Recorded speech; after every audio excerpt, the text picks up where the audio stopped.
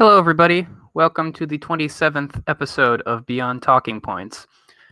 Today we have a special treat for you guys. We're not really talking about a political topic today. I found a video by the YouTuber Emperor Lemon titled "YouTube has been on a downward spiral." That was published August 16th, 2017, so that's a little old, but I found it a very interesting video because it kind of the guy has a very unique way of speaking, but he's also kind of trying to go over how he thinks YouTube has progressed and how he thinks YouTube had so much potential and now it's not fulfilling its potential. And so we'll definitely get into maybe what we liked or disliked about that video in particular, but we're just going to try to have a general discussion about our thoughts on YouTube as a platform, and then we'll probably branch out and compare it and also just think about media in general. So I guess I just want to start by talking about how unique YouTube is compared to a lot of other media. So YouTube was created with the intention of allowing average people, average Joes, to broadcast themselves to the world. You didn't need a TV studio. You didn't need a backing from any wealthy executives. You didn't even need censorship as such. You could pretty much do whatever you wanted to do, whether you like to play instruments or create animations, or if you just like play video games, or if you're a commentary channel of sorts, whether you're commenting on movies or politics or what have you. And as I was telling my friend here, I spend a lot of time watching YouTube videos. So I would say I'm pretty invested in YouTube as a platform, and I'm invested in what YouTube stands for. I think the idea, again, that I was alluding to, the idea that you don't have to be a big fancy person, or you don't have to have a lot of connections to put your voice out there and to make unique and interesting and engaging content is remarkable. Now, some of that has to do with just the internet in general, which maybe we'll even touch on that as well. But I do think YouTube occupies a special place on the internet itself. And YouTube has definitely changed since it was first set up, I think, in 2005. And I guess I'll also just add that I was born in 99, so I was not really watching YouTube regularly until I was, 13 or so. So that they're in some sense I'm a bit late to YouTube. But I don't think that means that I don't have a lot to say on the matter. So I'll pass it over to my co-host now, and we'll go from there. So the video we ended up watching, that was all about YouTube and how it's changed over time. He almost, in a way, has it set up in a few different acts. He kind of goes through the stages of YouTube historically, and then he pretty much explains what he sees and perceives as a breakdown of sorts and how it's turned into something that he no longer likes, and so forth. So what I think is kind of interesting is he really hones in on the beginning of YouTube, where you have like very specific, usually short videos made by amateur people who were able to essentially go viral before that was the term for it, because YouTube was so accessible, and then people who put out content that was entertaining to a lot of people or funny to a lot of people, it was able to still get wide appeal if it blew up. And And now that's not really the case as much, because the viral videos you see are it's not the same, I guess. It's not the same quality. The reason why things could go viral and YouTube as a whole, in terms of the content type, has changed a lot. And the way that I see this in a very general way is it's kind of the way a subculture has become corporatized, right? And the way that as YouTube grew, it set up different kinds of incentives for different kinds of people. And then business models adapted to YouTube as a tool. And now it is where it is today. And that has entailed a ton of changes in terms of the kind of content that is on the platform. Now, as I was watching the video, I found that really interesting, because he's kind of dancing around that when he gives certain parts of his analysis, but it isn't the core of his analysis. And that's kind of where I thought this YouTuber went wrong when he was discussing the issue, or maybe why he was kind of unfair to certain parties that are involved. But I almost think that this is kind of like a case study of a natural example of something that started as a niche subculture, that because in the beginning of YouTube, it was funny cat videos, funny home videos, people swearing, and then just like an animated type videos that were entertaining in their own right. Um, but it has changed drastically since then. So do you want to bounce off that a little bit? I guess I'd like to start by maybe sharing where I agree with you. Excuse me, where I agree with you and where I think the YouTuber went wrong.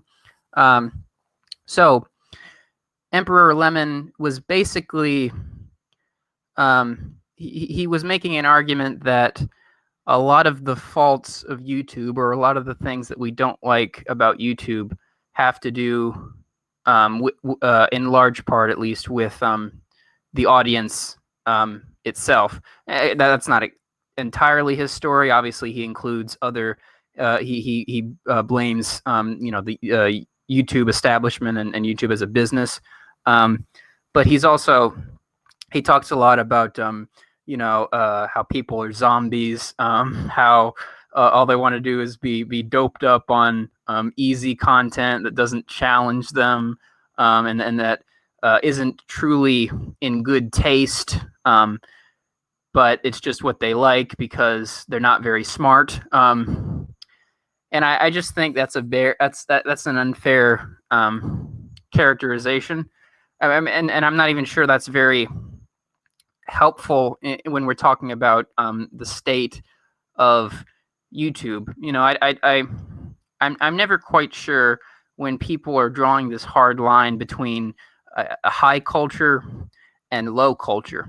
So I say, that I watch a lot of YouTube, and there are some YouTubers that I watch that I would say that their content is very high quality, and it engages me, and I learn a lot from it.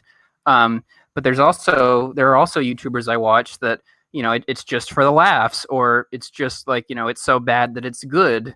You know, the same is true for television. The same is true for movies. The same is true for books and literature. The same is true for music. You can't. I guess what I'm trying to say is I'm just not sure I agree with this. With characterizing a lot of people as just in poor taste. I think that we all kind of go back and forth between good taste and bad taste, and that's okay, and there's really nothing wrong with that. But I think you wanted to chime in here quickly. Yeah, so I have two big thoughts on this. So one of the big thoughts is about, I guess, the tone towards content being poor and how he seems to think about those people. And the second one is kind of an economic evaluation of the situation based on incentives. So what I'm going to do is I'm going to talk about the first one, and I'll give you a chance to respond so we can close that loop. And then maybe I can address that because I think it's interesting. Okay, so the first thing is I was really off put by the YouTube maker's tone. But with that being said, I understood that's clearly his gimmick, given the fact that his the avatar that was acting as him in the video was a riff on CM Punk's pipe bomb promo. And I don't know how literate you are in professional wrestling, but I actually was a fan at some point in my life, so I very much remember that. So to some extent, he is supposed to be snarky and talking down to us. But that said, This is one of the things, and I hope this doesn't trigger you that I'm saying this throwaway line, but one of the annoying parts about educated liberals is that they typically look down and kind of sneer at people with like lower tastes. So they'll like kind of sneer at, like how a lot of people sneer at Donald Trump supporters for being like low class, and that was the vibe I got, because it's like, oh, how dare all of you pathetic consumers watch this bad content. You're proliferating bad content by watching it and subscribing to it, and you're eating up the garbage they throw at you, when all it is a let's play video where they follow the same formula all the time, right? But to some extent, people should be allowed to enjoy the entertainment products they like. I mean, we discussed certain kinds of movies and TV shows a while ago, and I watch a ton of movies, don't get me wrong, and my very favorite movies in general are like higher end, like people who like movies for the art of it will like them more. But I also love like really commercially made stupid movies sometimes, and I don't like sneer at people for going out and seeing Marvel movies and proliferating Marvel, even if I think Disney is just putting out corporate produced goo. I don't have to like that goo, but it's fine that other people can. I don't have a problem with that. And I think the real situation here is he's noticing that YouTube is more of this corporatized formulaic goo.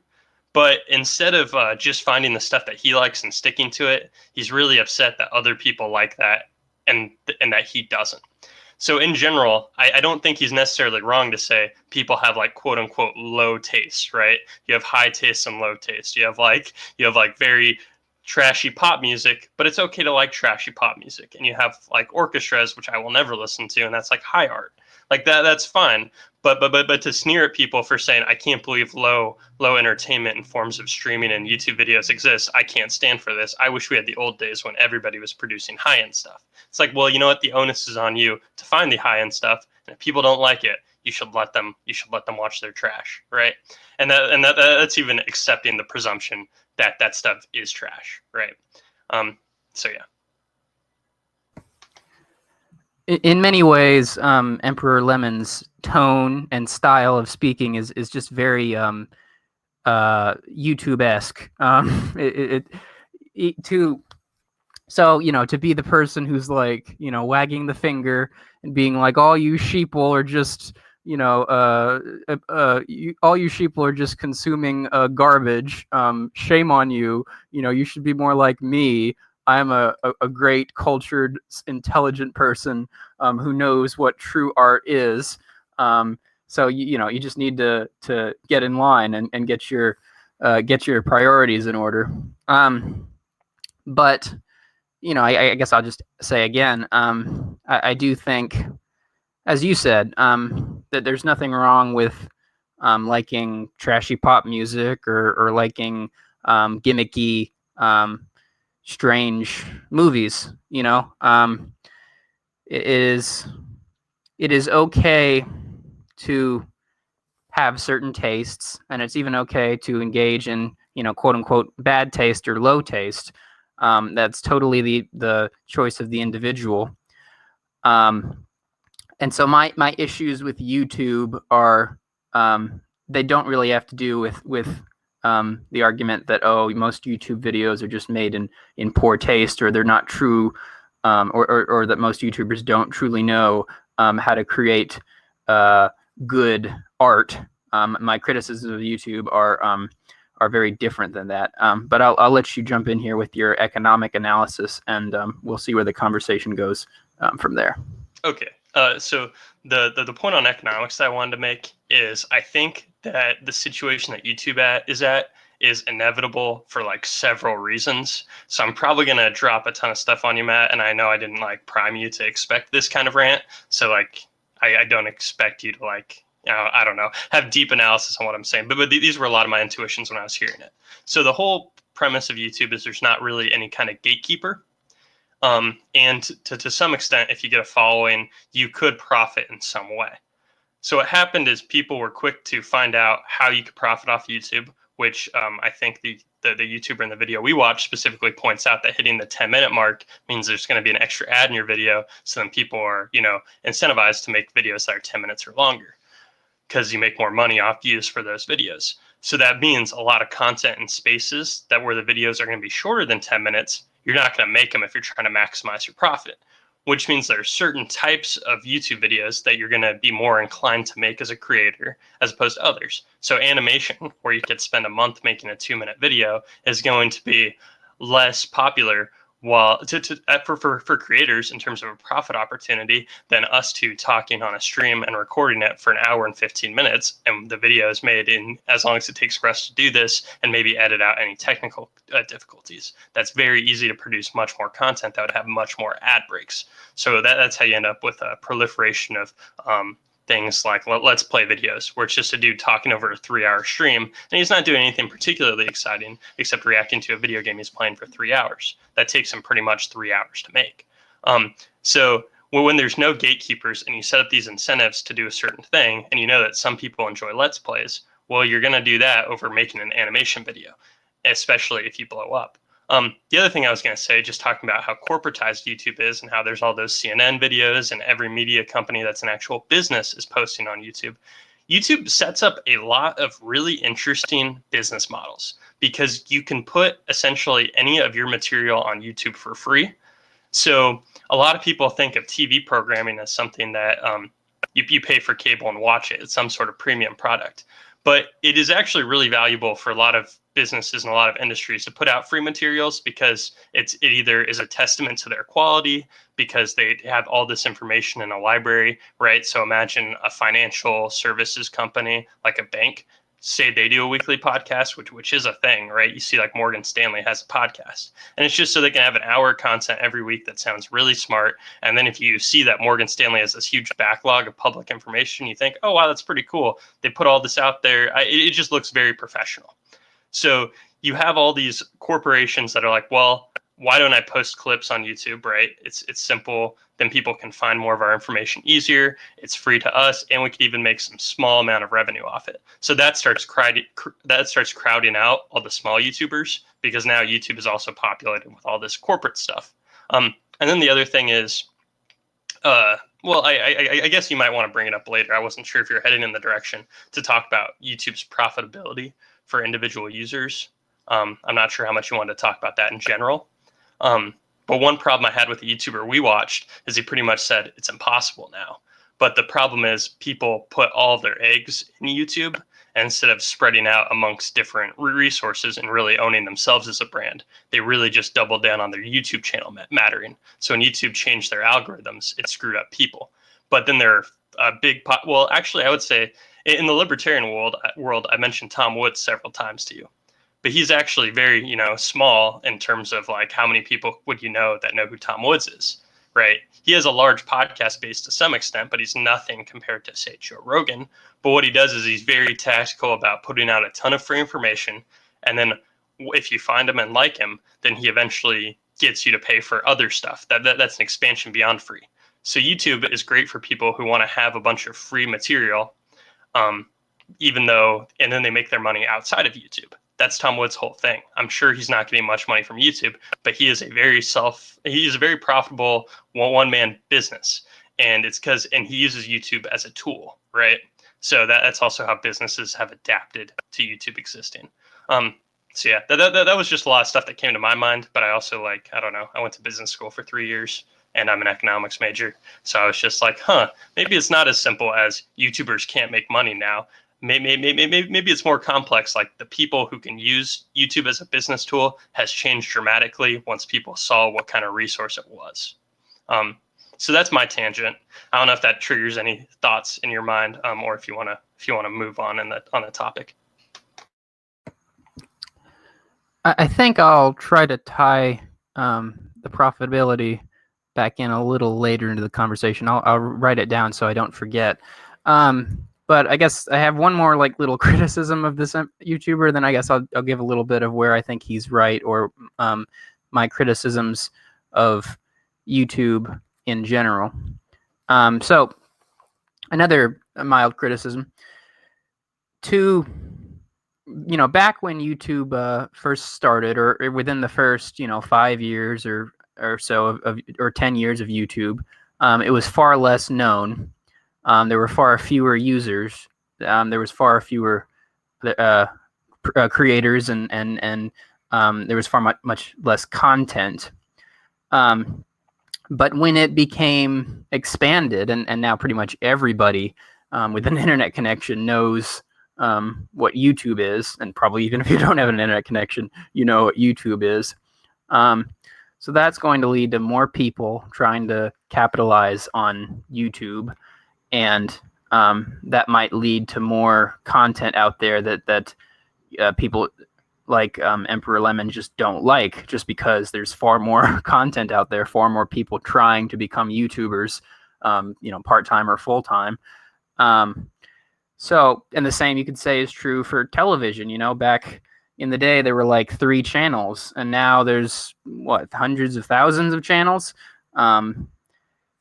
So, there's going to be, there's upsides and downsides to that. You could say the upside is, well, there's more channels, there might be more good things out there, or there might be more likely that you would find something that you like, but there's also a higher likelihood that you'll find stuff that you don't like. And I guess one of my huge criticisms of YouTube is so you mentioned how YouTube was there wasn't a lot. I don't remember the exact word you used, but there wasn't gatekeeping. That's what you said. There wasn't a lot of gatekeeping in YouTube. But it seems to me that gatekeeping is slowly becoming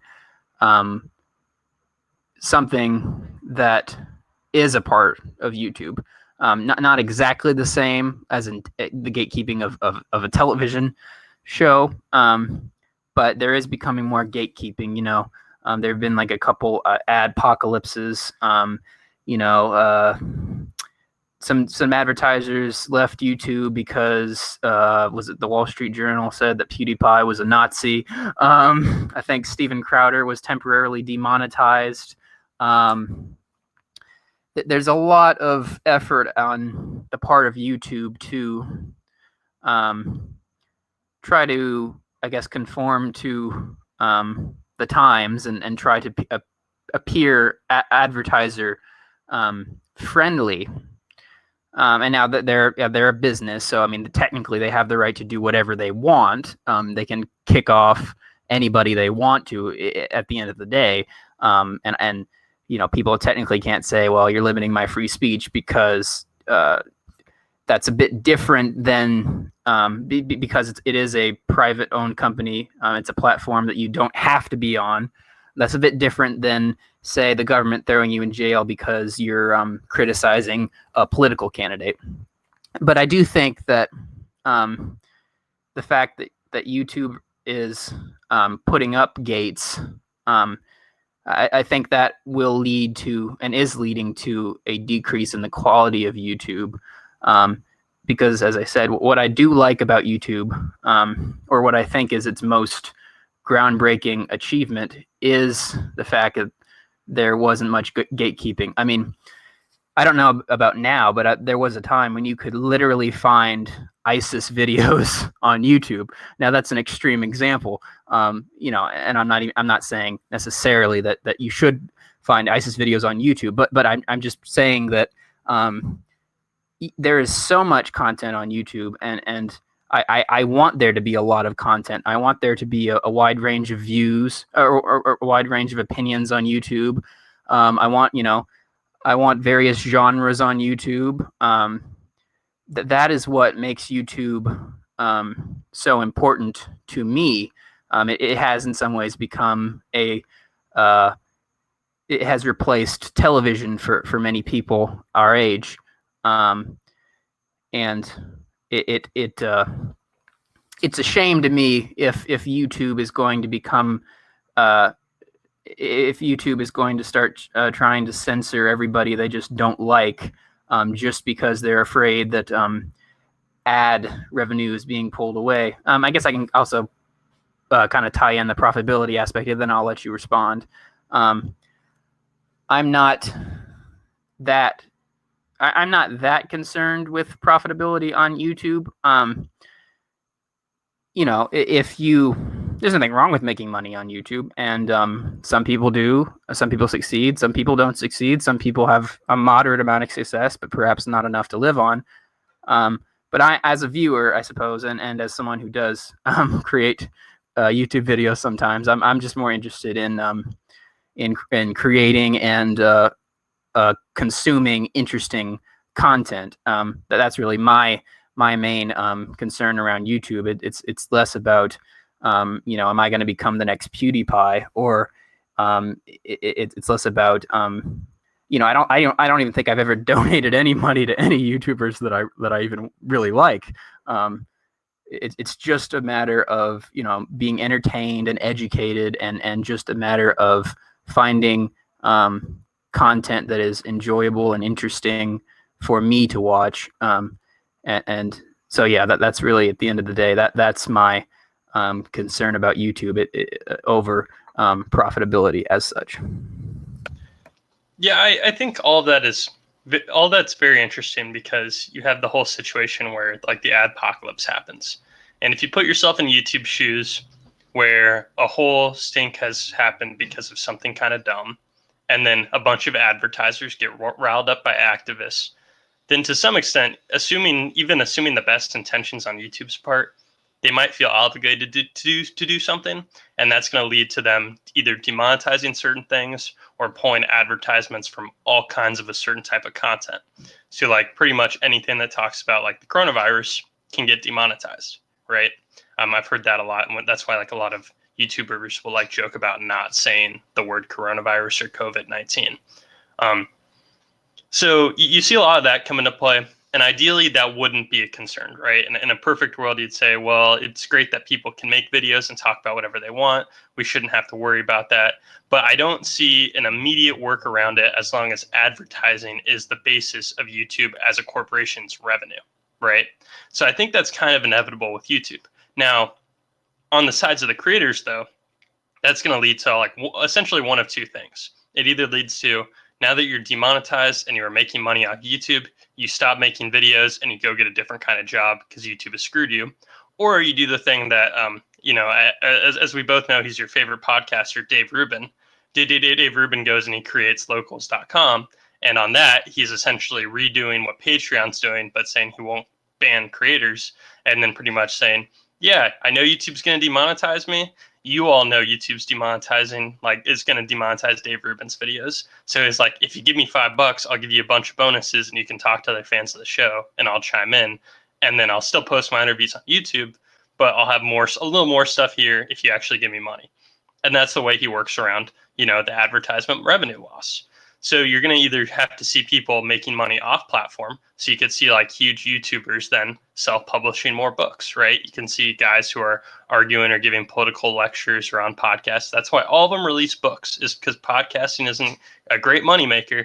But you know what is writing a book, and then a bunch of people who like your podcast go, yeah, I'll read 225 pages about what this guy has to say about, whatever relevant topic. And then he gets the revenue from that. So you're either going to see, yeah, like people like animators, who it might be harder for them to make money on a off the side, are getting kind of screwed, which is where, the video we watched is pretty accurate. If people were making their money off like 5 million hits from a YouTube video every 2 months, then they could do it. But if that revenue's gone down significantly and they have the potential of being demonetized, and that's their whole revenue base, then those people can get screwed, and then you lose that type of content. So yeah, that's where I think that truly kind of comes into play. Now, as a person who uses YouTube, I'm not usually using it for that kind of stuff, so it's not usually at the forefront of my mind. And a lot of stuff that I do watch on YouTube is either stuff you link me, or to some extent it is very corporatized and in line with what YouTube is okay with. Because I listen to a lot of podcasts off of YouTube, but as I'm listening to something, if I have nothing to do, sometimes I'll watch people who are really good at video games playing video games. And like, they're doing exactly what YouTube wants them to be doing. It's like very tame, and they're just really good at a video game. And it's pretty compelling. And that's kind of the stuff that is being incentivized right now, because it's very neutral. It's just content that people will watch, like a 20-minute video of a guy playing a video game because he's skilled at it. So I think that's how it interfaces there. And I can see how that's clearly being incentivized by the algorithm, because it's completely uncontroversial in just about every way, right? And I can see how YouTube continues to promote uncontroversial things. But it is interesting because just because the internet's opened up so many things, we talked about how YouTube was kind of a conglomeration of subcultures, but it's almost like the amount of subcultures is expanded. It's just outweighed by the fact that there's so much generic content, right? Because there are more niches than ever. You can find an audience in pretty much anything now, um, and I don't think we should overlook that because you can make like the most specific things, and there's a group of people pretty much out there for almost any topic you can imagine, and that's one of like the most empowering things about the internet, in my opinion, is if you can find like the 1,000 people that love the same thing you love and would buy your stuff if you're really good at it, then you can kind of do whatever you want as long as you can harness it. So I just wanted to note that. So I think, again, just to be clear, I'm not. YouTube is in the authority to basically do whatever it wants. If it wants to one day get up, if the people who work at YouTube or the head of YouTube, they want to get up and say, okay, we're only allowing Let's Plays and cat videos and, makeup tutorials. And if you're anything out above these, really special, tame genres, then, go take a hike. We don't want you. They could do that. There's nothing stopping them. But I think that I think that is a poor business decision from the perspective of the viewers and from the perspective of the creators. So, there must be a middle ground. There has to be some balance. It's not all just about, or it shouldn't be all just about money making. I think we can have creators and who are attempting to push the boundaries and are attempting to reinstate a certain amount of freedom on the platform. I mean, just to take an example from television, I would say a TV show such as South Park is really pushing the boundaries of what is acceptable on television. And for all intents and purposes, they have been successful. I mean, they're still on. Most people, generally speaking, say it's still pretty well written. So, I'm really looking, or I think more people should be attempting to push the boundaries in these various mediums. And that includes YouTube. So, a lot of the YouTubers that I watch, they're not necessarily the most palatable. They're not creating content that is pandering to the largest possible demographic. I watch videos of Laura Southern, an alt-light, I guess you would say, journalist. I watch Jordan Peterson lectures. I watch The Hill, which is, that's a news channel. I watch. Well, and when I was younger, when I was like a teenager, I used to watch all kinds of strange things. I used to watch Leafy is Here. No one remembers who Leafy is Here was. But he was this commentary channel who was, making fun of everybody he could. Kind of similar to PewDiePie in a way. So, there should be. I like some of iDubbbz's content. He's very controversial and very raunchy. So I'm specifically looking for the content creators who are willing to take risks, who are willing to push boundaries. I'm specifically looking for the content creators who are trying to retain the sort of freedom that YouTube once had. And if it comes to a point where, again, it is YouTube just starts shutting down anything that is moderately controversial. And we haven't quite gotten there yet, and probably we won't, but you never know what happens with these companies.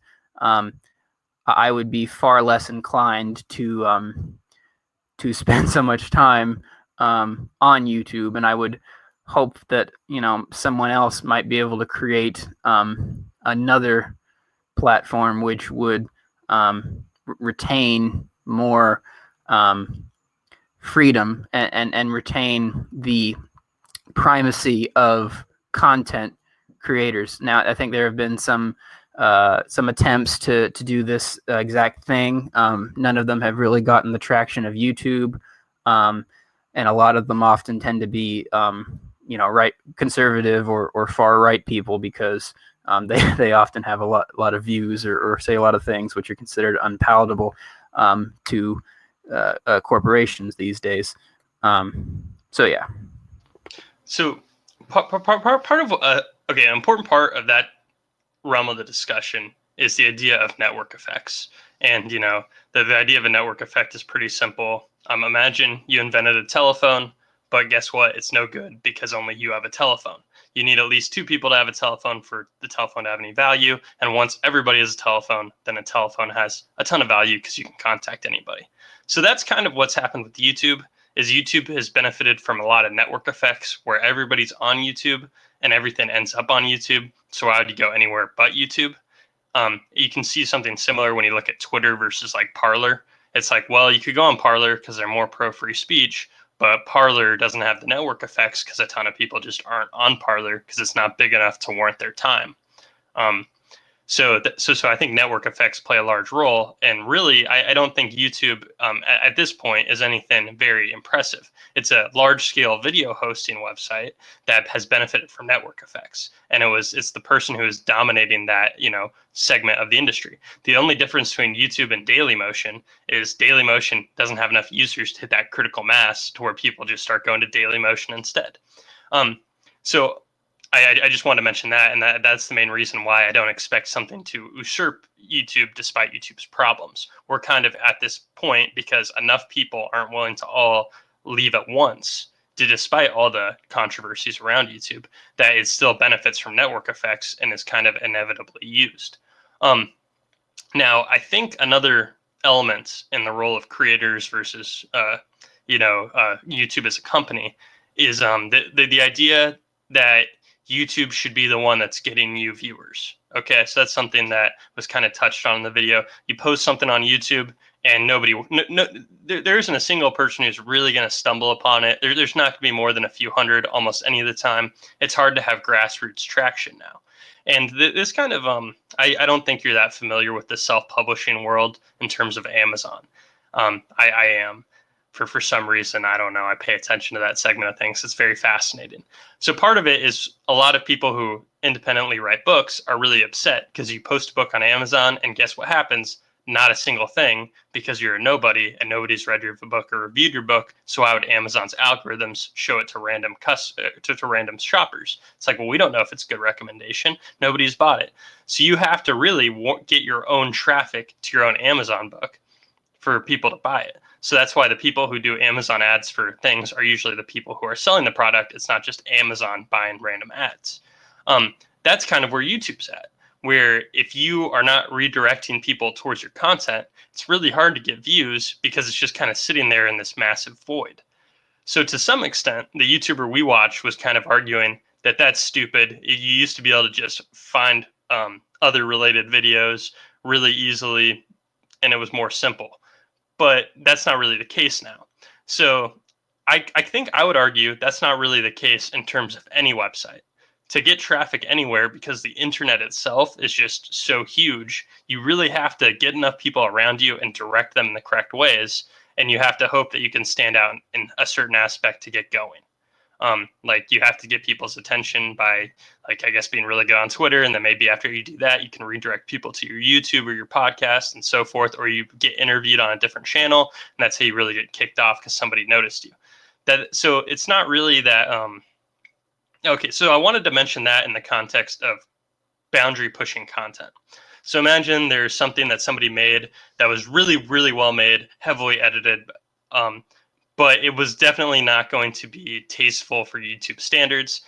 So the thing is, since if you post things on YouTube already, you're not guaranteed traction. you kind of have to be able to mobilize that traction on your own. So whether you're directing people towards your YouTube link or your Dailymotion link or your Vimeo link shouldn't matter that much if you're mobilizing your own contact and not expecting YouTube to show you to people, right? Does that make sense? So I think the way that people are going to start working around, content that is kind of boundary pushing is they're just going to find ways to mobilize support well outside of YouTube and then just host it on a different site that is way less popular. But it doesn't really matter because they're not expecting YouTube to serve their video.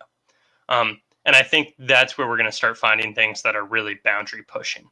And that's kind of the angle Vimeo was trying to search for. It was kind of like, well, we know we can't be YouTube, so how about you can host any content here, but we're going to make it seem like everything is very well produced that's on Vimeo, just because they kind of want people to host their stuff there. And it seems like that was an angle they were pushing at one point. So I think that's how, I guess, the problems you're bringing up are kind of going to be met. And I don't think it's that big of a deal if those boundary pushing videos are no longer on YouTube. It's like if YouTube's at its point in its company lifestyle, in its life cycle, where it doesn't want that content, then fine, somebody else will host it, and people will find ways to get to it if it's important. That's kind of the way I see it playing out. It's going to be challenging for the creators, and it would be great if YouTube was an ally in that perspective.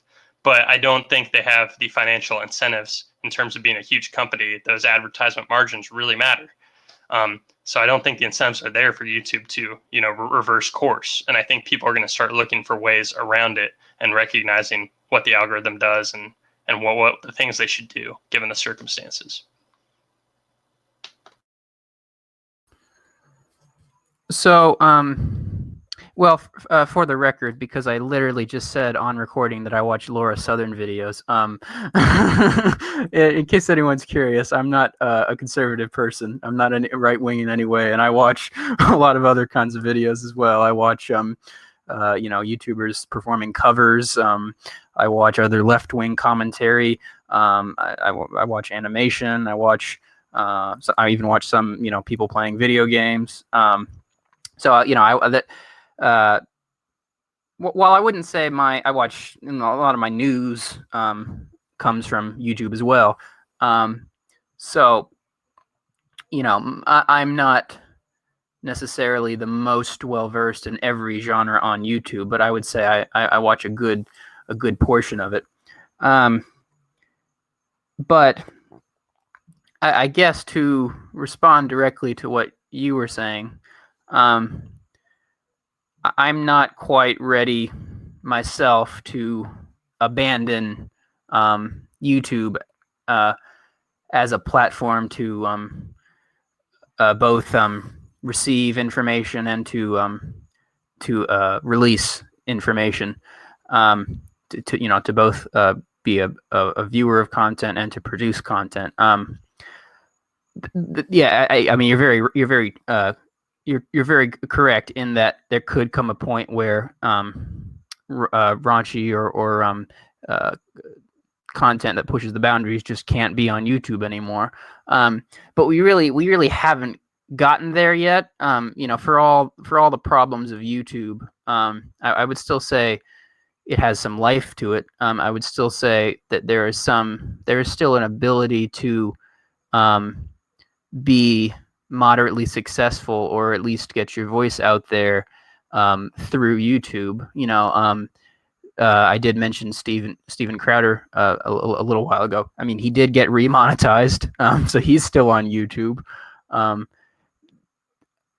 So I do think that, or rather, I am still interested in reforming YouTube as much as possible. I just don't think, or I haven't come to the conclusion that it's so god awful that I don't ever want to watch another second of a YouTube video.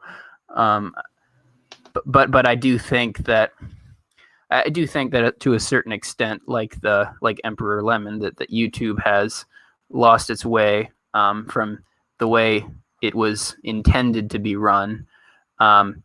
And I guess I'm a little more optimistic than you, or at least rather, I don't. I do think that the content creators have a certain amount of sway, and that they might be able to turn YouTube back, turn the course of YouTube back around, and for it to become a bit more free and a bit more creator friendly than it is now. I could be wrong about that. I hope I'm not, but I could be. But yeah, no, I'm not. I'm not going to. I'm not going to, quote unquote, abandon YouTube. I'm not going to go out and create my own video server anytime soon. Because I still think YouTube does have some life in it, and there's a reason that I watch so much YouTube. That there are creators out there on YouTube that I really like. Either I really agree with them on a lot of socio-political issues, or they're just entertaining, or I just enjoy hearing their perspective, and I want to hear the perspective of someone who just completely disagrees with me. But the same is true. I still watch TV sometimes. I still watch movies. I still listen to music. I don't think these different styles of media, a lot of them, they don't go away. Online video isn't going to go away. Movies aren't going to go away. Television isn't going to go away. You might have to become a bit more selective as to what you watch, or you might have to sift through more content to find the stuff that you really like. But at the end of the day, there's really nothing wrong with that, in my view. Yeah, I wasn't trying to imply that people should, like, tomorrow stop using YouTube, and I think we agree on, I guess, accepting YouTube as a functioning site for now to some extent. Like, you still use it to watch certain things, and I still use it to watch certain things, and I'm okay with that. I guess what I'm saying is I think it's more likely that the creators who have been disenfranchised by YouTube because of YouTube's new algorithms or by certain types of content being banned, I guess what I'm saying is it's more likely that they'll find unique ways to monetize themselves outside of YouTube before YouTube will start bringing back things that incentivize it. So if animators think, okay, well, as long as I get this amount of money, I can put together this much content, then you'll see them raising money in other ways. And like in the past, we've seen Kickstarters used and GoFundMe's used for different kind of creative people who there wasn't really a business like YouTube that would serve them, right? And a lot of those are for completely different products, but it's really just there's no corporation that could plug into and make money, so they found a different way to get crowdfunded, right? So I think it's more likely than not that people who've been screwed over by YouTube's setup will find ways outside of YouTube to make a living, as opposed to YouTube deciding to revert course.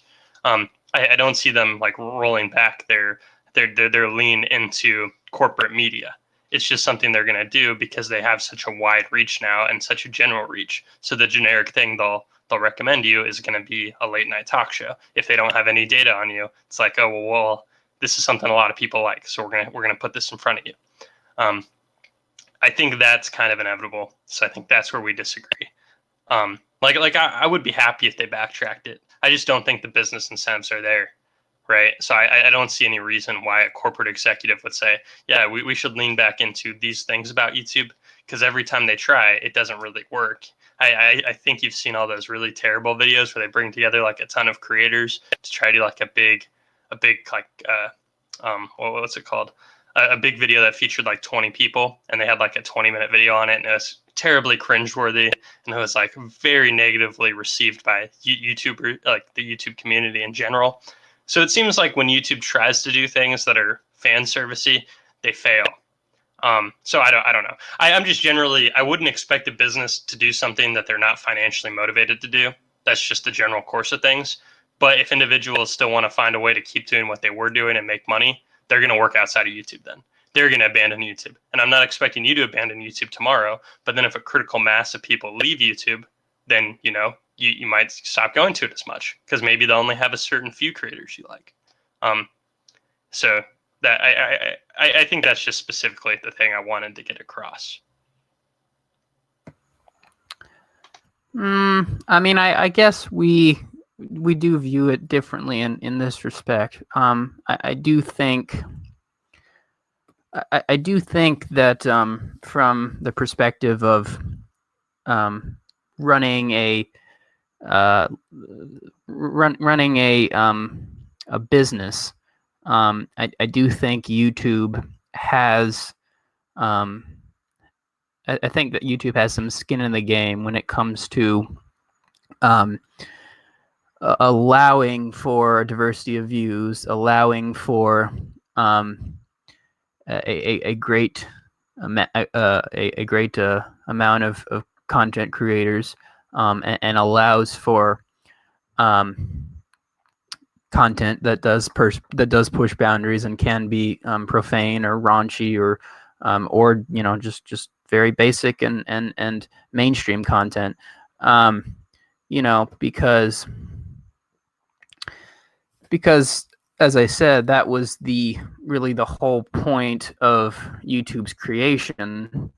And it will be more likely, not necessarily that YouTube will go away, but that, as you say, um, if they become very strict on the kind of content that they allow on their website, then it will, and there will inevitably be somebody else that comes along that is able to take that kind of content, and it's quite possible that they could rise to the top and just become a competitor. So it's hard to know what it would take for YouTube to completely roll back a lot of the changes that they implemented. I mean, YouTube has been around for quite a while, so it has gone through a lot of changes, a lot of permutations. Um, and is it possible that YouTube could become far worse in the future? Yes. Is it possible that YouTube could become better in the future? I think that's also possible. So I just don't agree, I guess, with the idea that YouTube doesn't have, or that in terms of running a successful business, that it shouldn't matter to YouTube executives, or they don't need to worry about the uh, the opinions and the attitudes of their content creators. If or yeah, I think that was a grammatically correct sentence. But so I guess I'll summarize what I'm trying to say. It is important, I think, from a business perspective, for YouTube to concern itself with what kind of platform it wants to be, and to concern itself with um, what its content creators want and need, and I I really do hope that it doesn't just become the next television. That was kind of what Emperor Lemon was saying, that it's just another form of television, and he was saying basically a crappier form of television because there's less money in it. But I don't think that's necessarily going to be the most profitable in the long run for YouTube as a whole. I think I agree with the general idea of it, but there is an element that I think I need to just tie into the thought process there. So kind of what you seem to be saying is YouTube currently is disenfranchising some people, and it's not really serving all of their stakeholders. So if they're not serving stakeholders in the name of short-term advertising profit, that could be bad for the company overall, because they're not serving like the YouTube users, right, and all the creators. So I think the only issue with that line of thinking is the idea of conflicting stakeholders, right? So it's easier to think of YouTube when it was first started and there was only a certain amount of users, and you could probably be easier to categorize all those people as having similar either tastes or similar expectations from YouTube. But as YouTube became more ubiquitous, I guess, in our day-to-day lives, it almost became more of a tool and a medium than necessarily like a company, right? Because you go on and you're like, I want to watch a Young Turks video. You're not thinking, oh, I'm gonna just go on YouTube. So some people could think of it that way. So what ends up happening is people see YouTube as a tool to do different things. So once you roll back the things that we see, you and I see, as infringements on certain creators or harming certain types of things being created, other people might say, well, I wanted those kinds of creators gone, right? So there were people who wanted Steven Crowder to be off YouTube because they didn't like Steven Crowder. And demonetizing him is a step in that direction because some people think he's a vile bigot, right? So you have conflicting stakeholders, which really which muddies the issues, because like the advertisers have different interests than the users, and some users hate other users, and some users hate certain types of content and think it's vile. So in the end, there are going to be people who aren't happy. And in the end, people don't really compromise on things together. It's really just some people kind of get left out and some people don't. Um, Now, if YouTube makes the wrong decision and then serves the wrong stakeholders, then it will lead to a faster, downward decline of the company, right? And it'll hit the ground. So I guess when we talk about YouTube turning into TV, which is like declining medium right now, you could say that's like kind of like a negative view of it. You're assuming that YouTube's on this huge decline and that it's continuing down that road. But then we're also assuming that most users of YouTube are unhappy with the things we're complaining about. And there are a lot of really casual users of YouTube that probably don't have an opinion or are okay with a lot of the people being banned that we've heard been banned, right? Like I would prefer if Alex Jones was on YouTube, because then if I wanted to have a quick laugh, I could go on YouTube and watch dumb Alex Jones like 20-minute rant. But I can't do that on YouTube. And some people are really happy that I can't do that on YouTube. So because they don't want him hosted there, they don't want anything that implies that there's any agreement or societal acceptance of that view. So it really comes down to what stakeholders does YouTube want to serve. And then the one thing I want to mention on the television comparison, because I did have some thoughts on that, was I was just thinking about how great TV is compared to when there were only 3 TV channels. Because one thing that I stupidly enjoy watching is poker. I think poker's amazing to watch. It is so crazy, some of the things people do, betting all kinds of money when there are hundreds of thousands of dollars on the line, and that guy has dirt, and then he makes a ballsy play, re-raises somebody who has the better hand, and that guy with the better hand has to fold. There are amazing things like that happen in poker, but poker would not get on TV if TV had a very limited amount of channels. But luckily, you could throw on a channel that is dedicated to poker, because there are channels dedicated to almost everything nowadays. So YouTube is just an expansion of that in terms of the diversity of types of content, where you have niches significantly smaller than poker have tons of content.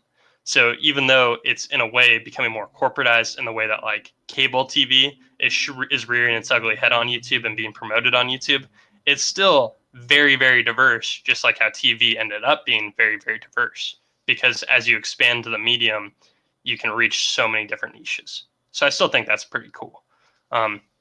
So yeah, I was just throwing all that out there. So conflicting stakeholders and maybe kind of being like TV in some ways isn't inherently terrible. Um, but that's kind of me dumping my thoughts. I'm not sure if you were looking to wrap up, so maybe you can chime in with your last few thoughts, and maybe we can wrap up the episode. Okay, so I suppose there are near to the close of the episode, we are seeing where we differ and then where we align. You and I seem to be differing on the on where we think YouTube places the importance of shareholders. So correct me if I'm wrong, but what I hear you saying is you take the advertisers to be the most important thing for YouTube, and so the advertisers at the end of the day will have will have the say as to what is and is not okay on YouTube. And I seem to be saying that I'm saying something a little different. I'm saying that there are several shareholders, advertisers one of them, but even when you think of creators and viewers, those shareholders in themselves aren't even really just them, because some viewers hate other kinds of viewers who watch certain kinds of content, right? And sometimes the viewer stakeholders use the advertisers as a lever to beat the creators they don't like, right? So that's what they did with Steven Crowder. As viewers of YouTube said, we don't like Steven Crowder, demonetize him. We want the advertiser stakeholder to be used as a weapon against this stakeholder group. So you have stakeholders who all have different things, but then there's even in-groups within the stakeholders. So you can't even make like the viewers happy, because some viewers have different values than other viewers, right? So I'm saying there are certain things that if you set on any stakeholder, you're going to piss off another stakeholder, right? I guess that's what I'm trying to get at. I don't think there's any one way that would please all the viewers and creators, because some creators, like the guy who Steven Crowder ridiculed for his lisp, that guy hates Steven Crowder, and he thinks it's a bad place when other creators can be, very, very loose with their words and ridiculing other people. So it's those ones have a different interest than Steven Crowder does, right? That's what I'm getting at. Okay, well, I think, all right, then I guess we definitely disagree, because I'm certainly not making the claim that YouTube can ever please everybody. That is not possible. I would not make that claim. The claim that I am making, though, has to do with allowing um, allowing the content creators as much space to do whatever it is that they want to do. So yeah, I mean, because yes, I mean, you're right in that not even all content creators like other content creators, and there are some content creators who would say, you should ban this content creator because he made fun of me or because I hate his content. And then there are the advertisers that are paying the money to have that are paying YouTube money to run their ads, and so they say, well, I don't like this content, or this content can't be monetized, or if you want my ads on your site, you can't have this content on the website at all. But that doesn't bother me, and that's not my goal. My goal is to return, as much as possible, is to return YouTube to empower the creators as much as possible. That might not be possible. Again, it might just become another corporate media. But I would be very disappointed in YouTube if it does go down that road. It has been creeping down that road somewhat, but there is still there is still a difference between YouTube and television. So this kind of ties into what you mentioned there. So I'm not going to sit here and say that, oh, television's bad, television rots your brain, I hate television. There's nothing wrong with television. I watch television, and there are, and there as you and I think I mentioned this earlier. I mean, there is a case to be made that the more channels on YouTube or on television, there can be good sides or bad sides to that. And but I can turn on the History Channel, and often they have interesting documentaries that I can watch, or I can find movie channels with movies that I've wanted to see but didn't bother going to see them in theaters. Or I can watch something fairly low class like The Big Bang Theory. But so my point is, though, that I think there is a certain level of freedom on YouTube still, or to a certain extent, even despite the changes they've made, and even despite some of the errors that they've made, in my opinion, to their business model. There is still a certain amount of freedom to the range of content on YouTube.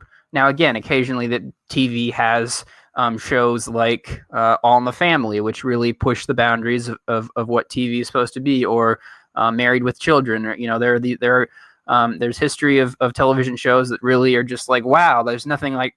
Or Rick and Morty is another more recent example. It's like these shows. It's like, wow, there's never really been anything like this on TV before. Like, can you really say that on television?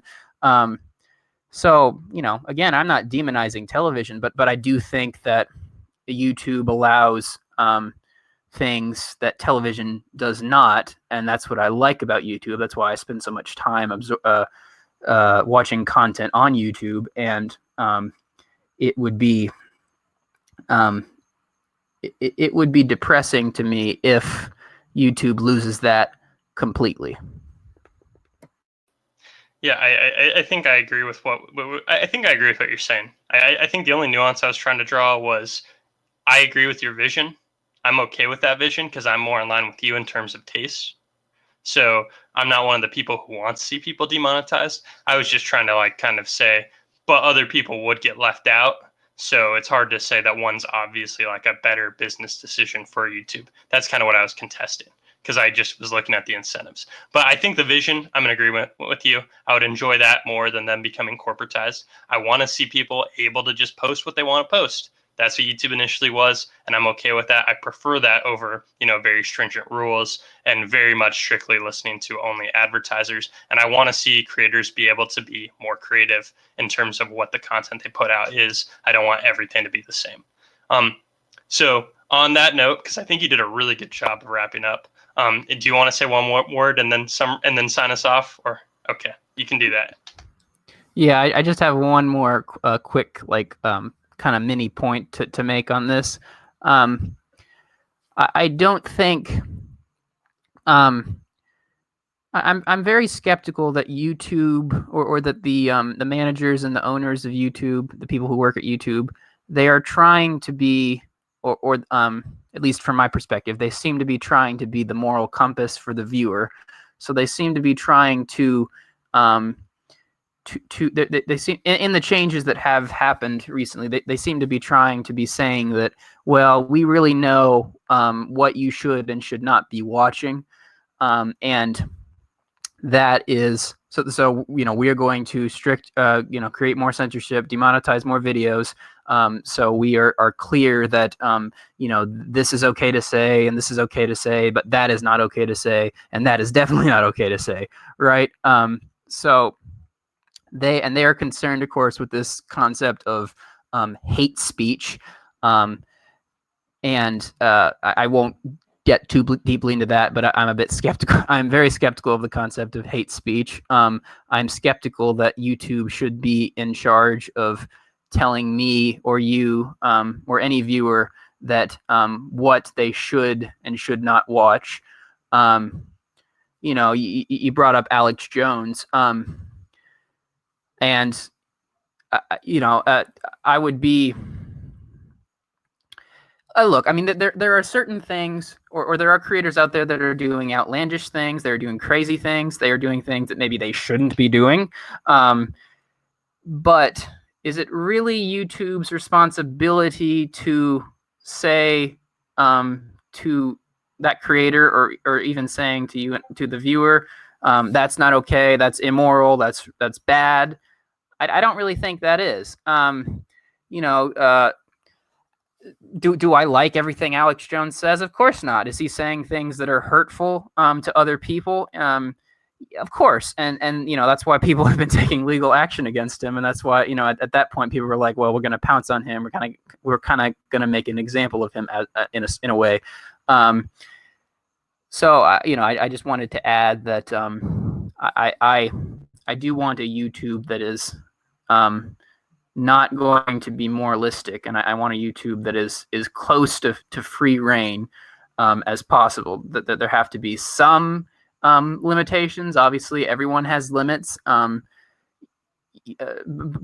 I do want I want a website where the content creators can have a unbelievable degree of freedom that you really can't have on something such as television.